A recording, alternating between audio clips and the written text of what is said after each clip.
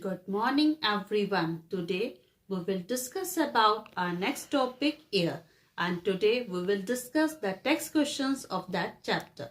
So first one is for you. What is the composition of air? What is the composition of air? Actually, air is a mixture of gases. It is a mixture of gases, water vapor, dust particles, smoke particles.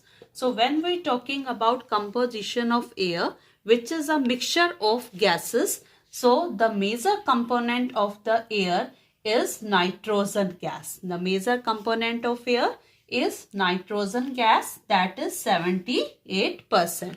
After that, the next one is oxygen, that is 21%, and this gas is must for the process of respiration. This is must for all living organisms to live. And rest 1% is made up of gases like the carbon dioxide, methane, argon, neon, like this. So if we will talking about the composition of air, nitrogen 78%, oxygen 21%, and 1% carbon dioxide and other gases, along with water vapor, dust particles and smoke particles. So these are the different components of air. Now next question for you. Name the gas which is must for the process of respiration. So what is the answer? Yes, the gas is this is the oxygen gas. So the gas which is must for the process of respiration for all living beings, that is oxygen. Now the next one for you. Through an activity, prove that air supports burning. This oxygen gas is must for burning also. So with a very small simple activity, we can prove it. So first of all, take a candle and just light the candle. Take a candle and light it. You can see the candle easily light up. Now just take a glass and put it over the candle, invert it. You will see after some time the candle blow off. It will blow off. It will stops burning. Why it is so? Because due to the limited supply of air present inside the glass jar.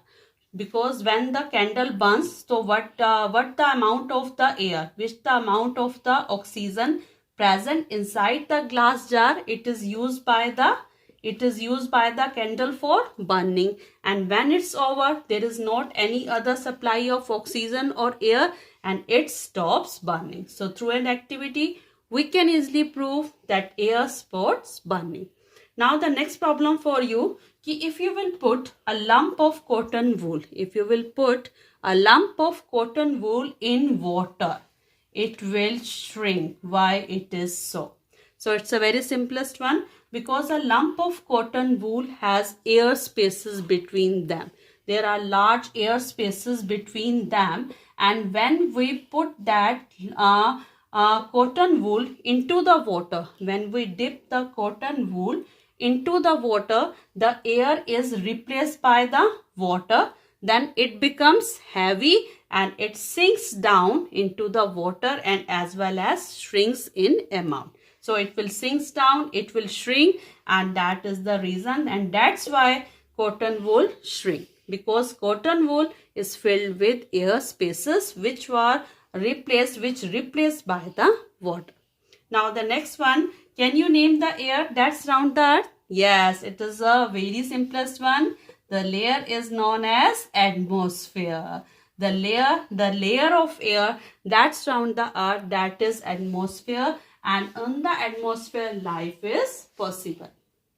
Now the next one for you, name the component of air which is used by the green plants for preparing their food. Yes, can you tell which component of air which is used by the green plants to prepare their food? The component of air is carbon dioxide gas. This carbon dioxide gas is used by the green plant to prepare their food through the process of photosynthesis in the presence of sunlight.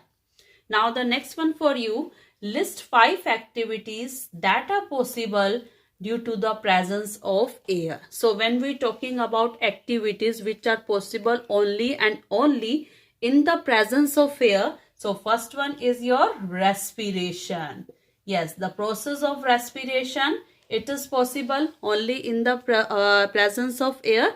Respiration means breathing plus giving out the energy from the intake food.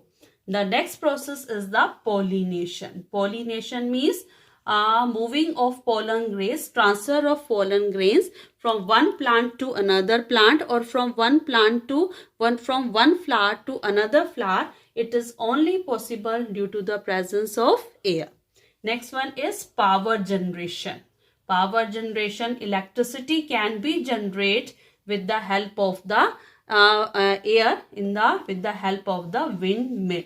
So the power of the air can be used with the help of windmill to generate the power, that is electricity.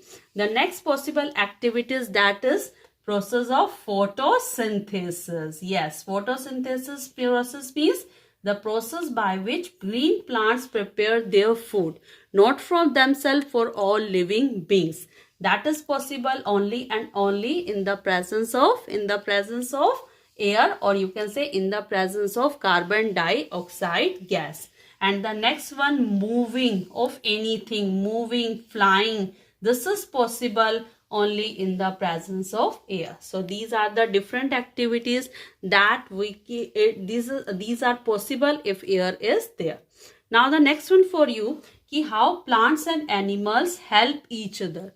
How are they interdependent on each other? So when we're talking about plants and animals, so first of all, plants or animals both do the process of respiration. Or you can say when the animals do the process of respiration, they breathe out a carbon dioxide gas and they breathe in oxygen gas.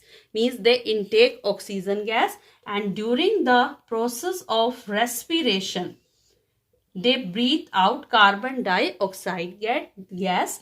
This carbon dioxide gas is intaken by the green plants for the process of photosynthesis. So they will help each other, and in that way plants and animals are dependent on each other, because the carbon dioxide gas which is intaken by the green plants during the process of photosynthesis, and during that process, means during the process of photosynthesis, green plants exhale oxygen gas that is again intake by the animals. So these are the interdependent cycle between plants and animals.